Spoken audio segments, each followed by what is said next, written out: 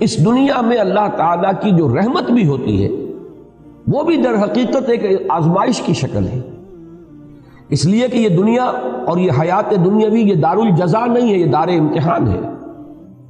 یہاں تو ہر لمحے ہم ایک امتحان سے دوچار ہیں۔ بڑی پیاری نظم ہے علامہ اقبال کی جو بانگ درا میں شامل ہے، زندگی، جس میں ایک شعر وہ بھی ہے کہ تو اسے پیمانہ امروز فردا سے نہ ناپ، جاویداں پہم دواں ہر دم جواں ہے زندگی۔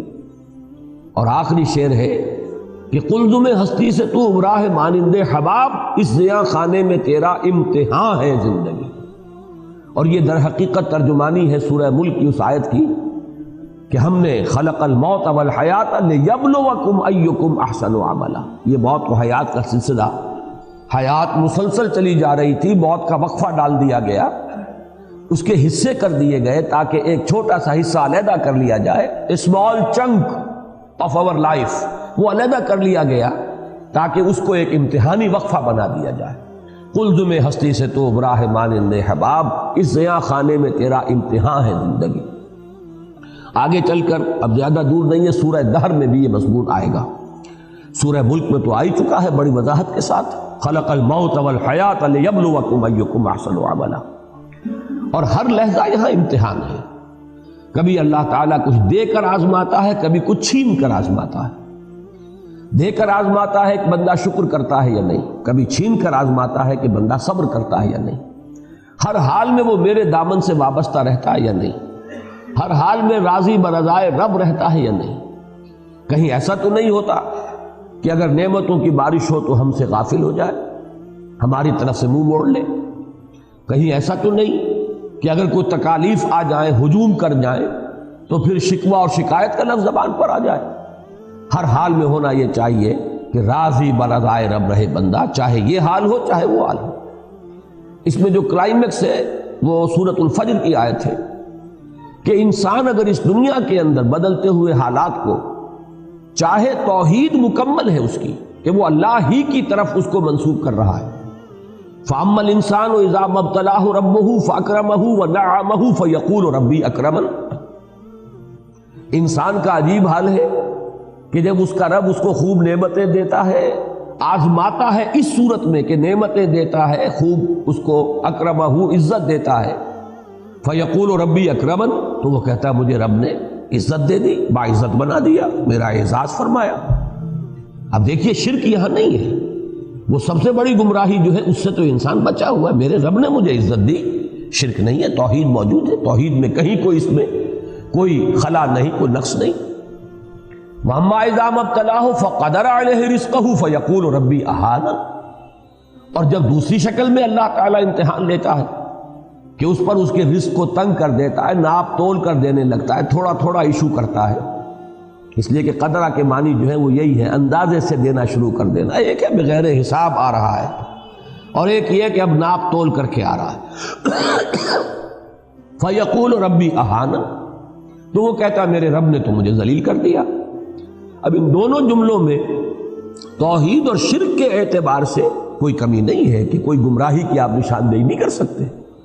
اللہ نے عزت دی اور اللہ نے ہی ذلیل کر دیا، لیکن فرمایا کلا، ہرگز نہیں۔ یہاں نفی کس اعتبار سے ہو رہی ہے کہ ابھی ہدایت کا ایک درجہ اور ہے۔ تم یہاں مال و دولت اگر مل گیا ہے تو سمجھ رہے ہو کہ یہ عزت ہے، اعزاز ہے، حالانکہ یہ بھی امتحان ہے۔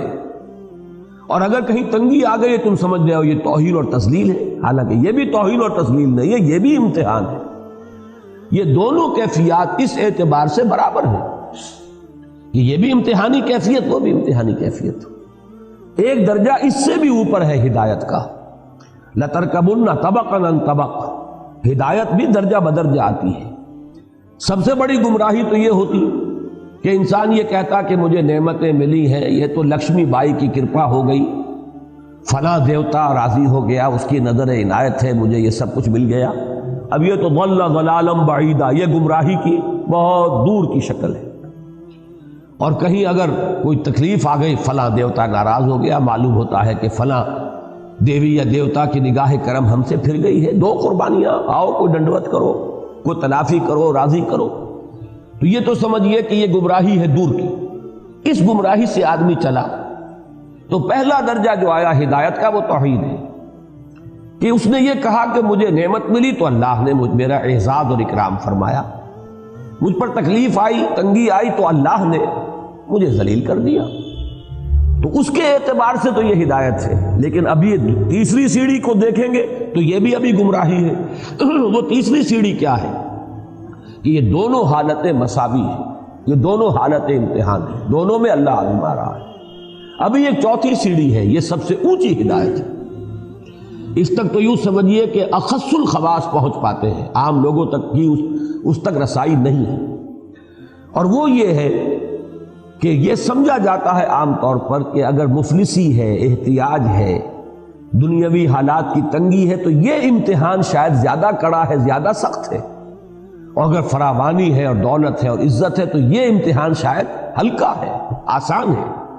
حقیقت یہ ہے چوتھی سیڑھی جو ہے ہدایت کی کہ اصل میں امتحان بھاری جو ہے وہ دولت کا امتحان ہے۔ اگر اللہ تعالیٰ زیادہ دیتا ہے، عزت دیتا ہے، وجاہت دیتا ہے، یہ امتحان زیادہ سخت ہے، زیادہ مشکل ہے۔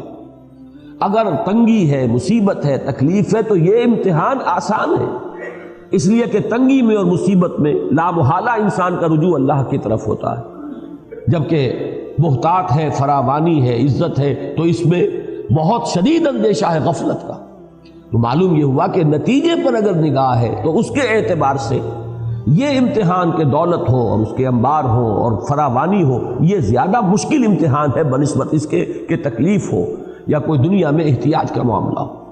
اس کے حوالے سے یاد رکھیے امام احمد ابن حنبل رحمۃ اللہ علیہ کا وہ واقعہ کہ ایک زمانے میں حکومت جو ہے تشدد کر رہی تھی، شدید ترین عتاب میں آئے ہوئے ہیں، مار پڑ رہی ہے، جیلوں میں ٹھوسا ہوا ہے، اور الفاظ یہ آتے ہیں روایات میں کہ وہ مار ماری گئی ہے کہ اگر ہاتھی کو بھی وہ مار ماری جاتی تو بلبلا اٹھتا، لیکن کبھی کوئی آنسو جو ہے آنکھ سے نہیں ٹپکا۔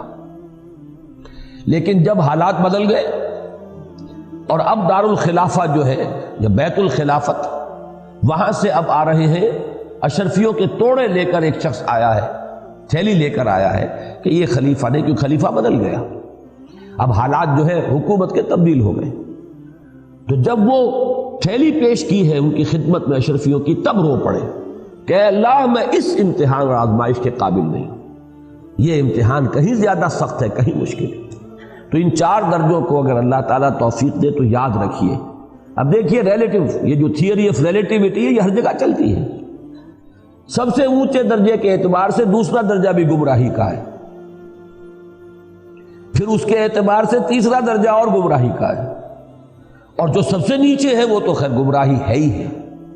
نیچے سے چلیں گے تو پہلے کے مقابلے میں دوسرا بھی ہدایت پر مشتمل ہے کہ آپ نے اگر دنیا میں خیر ملا، بھلائی ملی تو اسے اللہ کی طرف منسوب کیا، اللہ نے مجھے عزت دی، شرک سے تو بچ گئے۔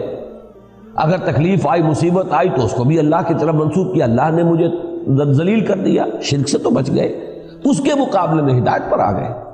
لیکن اس سے اوپر کی ہدایت ہے یہ کہ آپ ان دونوں کے اندر کوئی فرق و تفاوت ہی نہ کریں، دونوں امتحان کی کیفیات ہے، نہ یہ عزت ہے نہ وہ ذلت ہے۔ یہی سورہ تغابن کی اس آیت کا مفاد ہے، ذالک یوم التغابن، ہار اور جیت کا فیصلہ تو اس دن ہوگا، اس دن جو بری ہو گیا عزت اس کے لیے ہے، اور اس دن جو جہنم میں جھونک دیا گیا ذلت اس کے لیے ہے، چاہے دنیا میں قارون کی دولت اس کے پاس رہی اور فرعون اور نمرود کا اقتدار جو ہے اسے حاصل رہا۔ اور سب سے اوپر یہ ہے کہ اصل کڑا امتحان جو ہے، حضور کی حدیث یاد کر لیجئے، ما قل و کفا خیر مما کثر و الہا، جو کم ہو لیکن کفایت کر جائے، بنیادی ضرورتیں پوری ہو جائیں، کسی کے سامنے ہاتھ نہ پھیلانا پڑے، وہ کہیں بہتر ہے اس سے کہ جو کثیر ہے لیکن غافل کر دینے والی شے۔ جہاں کثرت ہوگی، محتاج ہوگی، غفلت آ جائے گی۔